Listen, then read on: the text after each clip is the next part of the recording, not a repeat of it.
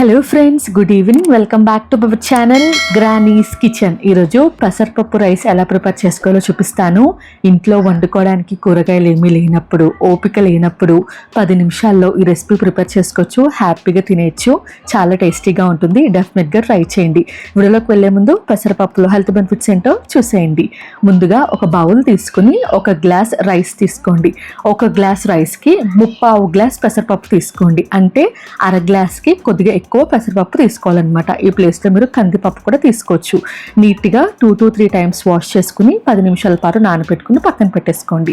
10 నిమిషాలు నానిన తర్వాత కుక్కర్ గిన్నెను తీసుకుని 3 టేబుల్ స్పూన్స్ ఆయిల్ యాడ్ చేసుకోండి. ఆయిల్ బాగా హీట్ అయిన తర్వాత ఆవాలు, జీలకర్ర, కరివేపాకు యాడ్ చేసుకుని తాలింపుని బాగా ఫ్రై చేసుకుని సన్నగా కట్ చేసి పెట్టుకున్న ఉల్లిపాయ, పచ్చిమిరపకాయ, ఒక medium size tomato, half carrot add చేసుకోండి. ఇవి యాడ్ చేసుకోవడం వల్ల టేస్ట్ బాగుంటుంది.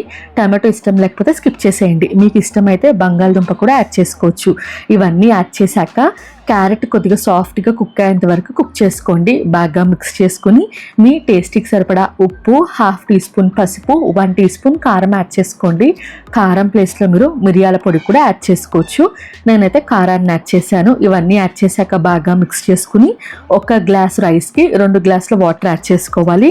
నేను ఇక్కడ 1 గ్లాస్ రైస్ తీసుకున్నాను కాబట్టి 2 గ్లాసుల వాటర్ యాడ్ చేసుకుని వాటర్ మరిగిన తర్వాత సన్నగా కట్ చేసి పెట్టుకున్న కొత్తిమీర యాడ్ చేసుకుని బాగా మిక్స్ చేసుకోండి. రైస్ యాడ్ చేసే ముందు కొద్దిగా ఉప్పు చూసుకోండి. ఉప్పు సరిపోకపోతే ఈ టైంలో యాడ్ చేసుకుని బాగా మిక్స్ చేసుకుని ఇంకా రైస్ యాడ్ చేసేసుకోండి.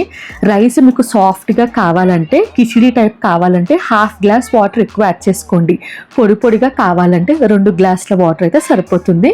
2 గ్లాసుల వాటర్ యాడ్ చేసుకుని బాగా మిక్స్ చేసుకుని పెసరపప్పు బియ్యాన్ని ఇందులోకి యాడ్ చేసేసి బాగా మిక్స్ చేసుకుని కుక్కర్ మూత పెట్టేసుకోండి. చెప్పాను కదా, రైస్ పొడి పొడిగా కావాలంటే 2 విజిల్స్ వేయించుకోండి.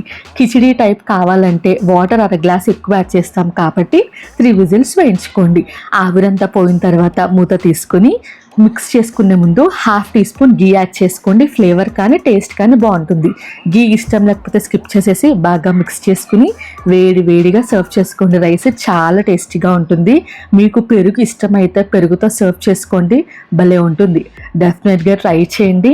డైజెషన్ కూడా త్వరగా అయిపోతుంది. చిన్నపిల్లలకైతే హ్యాపీగా పెట్టొచ్చు. ట్రై చేశాక ఎలా వచ్చిందో నాకు కామెంట్ సెక్షన్లో కామెంట్ చేయండి. ఈ వీడియో మీకు నచ్చింది అనుకుంటున్నాను. నచ్చితే కనుక నా ఛానల్ని సబ్స్క్రైబ్ చేసుకోండి.